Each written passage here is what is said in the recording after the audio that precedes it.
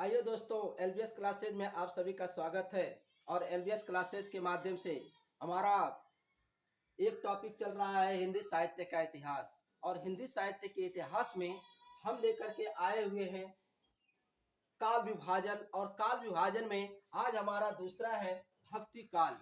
ठीक है, तो भक्ति काल का जो समय सीमा है वो है 1350 ईस्वी से लेकर के 1350 ईस्वी से लेकर के 1650 ईस्वी तक। ठीक है, ये भक्ति काल का समय है। और इसे भक्ति काल को स्वर्ण काल भी कहा जाता है। भक्ति काल को स्वर्ण काल के नाम से भी जाना जाता है। और इस समय के जो कवि थे वो थे तुलसीदास, कबीरदास, मीराबाई और सूरदास। यही थे भक्ति काल के समय में प्रमुख कवियों में। तो आइए शुरू करते हैं भक्ति काल के प्रमुख कवि और उनकी रचनाएं। तो पहला हमारा है भक्ति काल में कवि सूरदास। ठीक है, और सूरदास का जो जन्म हुआ था उत्तर प्रदेश के रुनकता में। ठीक है, इनका जन्म स्थान है उत्तर प्रदेश के रुनकता में। इन्हें वात्सल्य रस का जनक कहा जाता है। वात्सल्य रस का जनक कहा जाता है। किसे? सूरदास को वात्सल्य रस का जनक कहा जाता है। ठीक, और इनकी रचना जो है, इनकी रचना बहुत महत्वपूर्ण है। सूर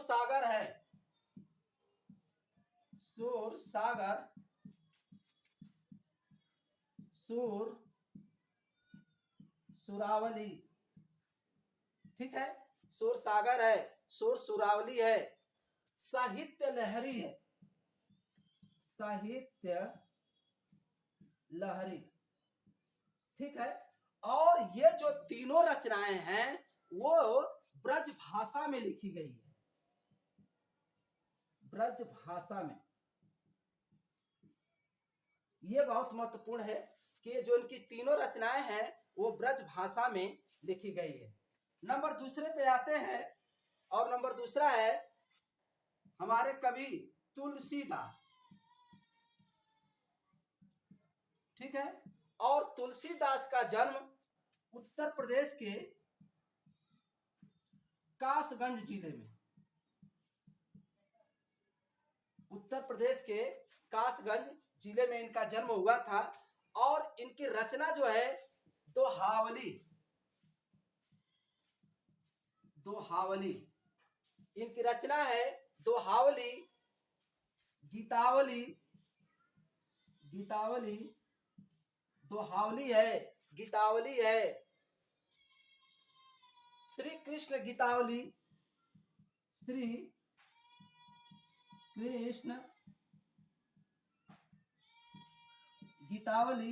और एक रचना है कवितावली। और ये कवितावली जो लिखी गई है वह लिखी गई है ब्रज भाषा में।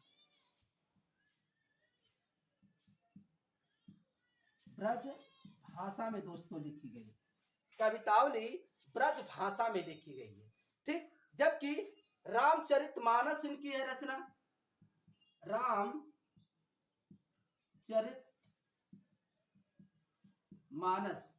रामचरितमानस इसकी रचना है। और ये रामचरित जो लिखी गई है वह लिखी गई है अवधी भाषा में। ठीक है, अवधी भाषा में लिखी गई है। रामलला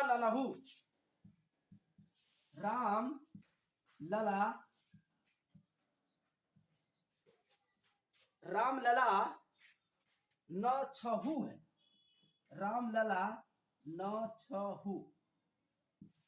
ठीक है, रामलला नछहु है। विनय पत्रिका है। विनय विनय पत्रिका, और विनय पत्रिका भी ब्रज भाषा में लिखी गई। ठीक है, विनय पत्रिका भी ब्रज भाषा में लिखी गई है। और इनकी रचना है हनुमान चालीसा। हनुमान चालीसा, ठीक है, हनुमान चालीसा है, पार्वती मंगल है, पार्वती मंगल। दोस्तों नीचे दिख नहीं रहा है, हम ऊपर लिख देते हैं।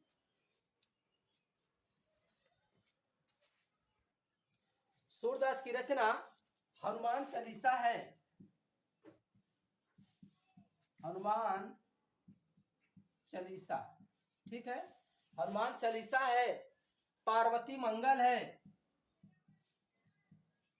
पार्वती मंगल, ठीक है, पार्वती मंगल है, जानकी मंगल है,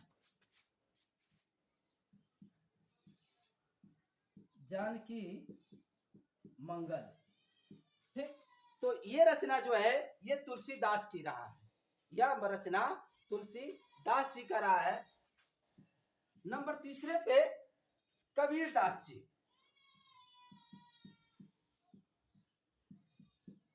कबीरदास, और कबीरदास का जन्म जो हुआ था वाराणसी में हुआ था।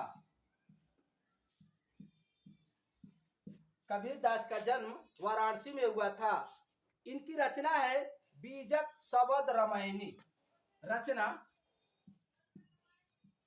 रचना है बीजक शबद रामायणी, ठीक है, और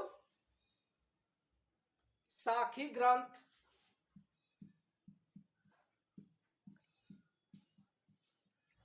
साखी ग्रंथ है। उसके बाद अनुराग सागर है, अनुराग सागर, ठीक है, अनुराग सागर है, ग्रंथावली है, रचनावली है, ग्रंथावली है, रचनावली है, ठीक है। तो ये कबीरदास की रचना है, ठीक, कबीरदास की रचना है। नंबर चौथा पे रसखान जी का है, रसखान। और रसखान जी का जन्म जो हुआ था उत्तर प्रदेश के अमरोहा जिले में हुआ था, ठीक है, उत्तर प्रदेश के अमरोहा जिले में। और इनकी रचना है प्रेम वाटिका,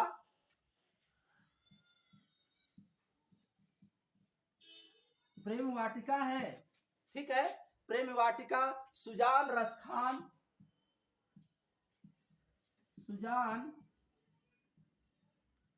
रसखान। और ये जो रसखान लिखा गया है वह लिखा गया है ब्रज भाषा में। रसखान जो लिखा गया है वो लिखा गया है ब्रज भाषा में। तो दोस्तों इसका शॉर्ट स्क्रीन ले ले, फिर आगे चलते हैं। अगले कवि है हमारे रहीम जी, नंबर 5 पे है रहीम जी, ठीक है। तो रहीम जी का जन्म लाहौर में हुआ था। अब ये लाहौर का क्षेत्र आपको पता है कि ये पाकिस्तान का क्षेत्र है, ठीक है, उस समय भारत का क्षेत्र ये था, लेकिन आज वर्तमान में लाहौर का ये क्षेत्र है, ठीक। इनकी रचना है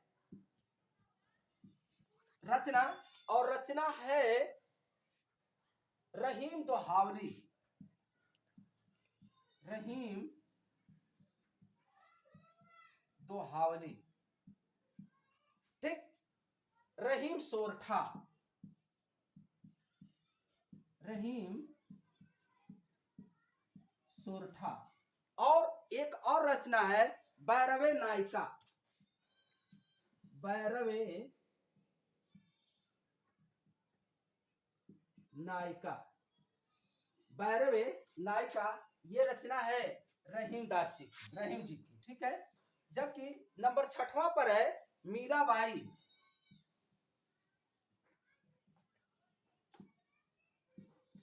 मीराबाई, और मीराबाई का जो जन्म है ये राजस्थान का क्षेत्र है। इनका जन्म राजस्थान में हुआ था और इनके गुरु का नाम था रैदास जी, यानी रविदास जी इनके गुरु का नाम था। और इनकी मीराबाई की जो रचना है वो है राग गोविंद। रचना राग गोविंद, ठीक है। राग गोविंद हरे नरही जी का मायरा, नरही नरसी, नरसी जी का मायरा, ठीक है, नरसी जी का मायरा, ये मीराबाई का रचना रहा। जबकि नंबर 7 पे है रैदास जी हैं, जिसे रविदास जी के नाम से जाना जाता है। और इनका जन्म स्थान जो है वो काशी है, और वर्तमान का जो क्षेत्र है ये वाराणसी का क्षेत्र है। और इनकी कोई खास रचना नहीं, कोई खास रचना नहीं है, ठीक है। और इनके जो पद हैं रविदास जी के, इनके जो पद है गुरु ग्रंथ साहिब में मिलता है, गुरु ग्रंथ साहब में मिलता है, ठीक है। तो दोस्तों इसका भी शॉर्ट स्किल ले ले, फिर आगे मिलते हैं। नंबर 8वां है और ये है मलिक मोहम्मद जायसी। मलिक मोहम्मद जायसी जी, ठीक है। इनका जो जन्म स्थान है उत्तर प्रदेश का रायबरेली क्षेत्र है, उत्तर प्रदेश का रायबरेली क्षेत्र है। और इनकी एक रचना है, रचना पद्मावत, ठीक है। पद्मावत यह एक महाकाव्य है, एक महाकाव्य है, ठीक है। यह एक महाकाव्य है। और एक चीज नोट में करेंगे कि ये सूफी परंपरा के कवि थे, ये सूफी परंपरा के कवि माने जाते हैं, कवि माने जाते हैं, ठीक है। तो दोस्तों ये मेरा जो काल विभाजन रहा, भक्ति काल बस यही परीक्षा के दृष्टि से यह महत्वपूर्ण मेन टॉपिक दोस्तों बताया जा रहा है, ठीक है। तो इसको आप जरूर नोट करें और फिर हम अगली वीडियो में फिर आपसे मिलेंगे रीतिकाल को लेकर के। तो रीतिकाल में कौन कौन से कवि आते हैं और कौन कौन से रचनाएं हैं, अब अगली वीडियो में तब तक मिलते हैं। तब तक के लिए धन्यवाद। जय हिंद, जय भारत।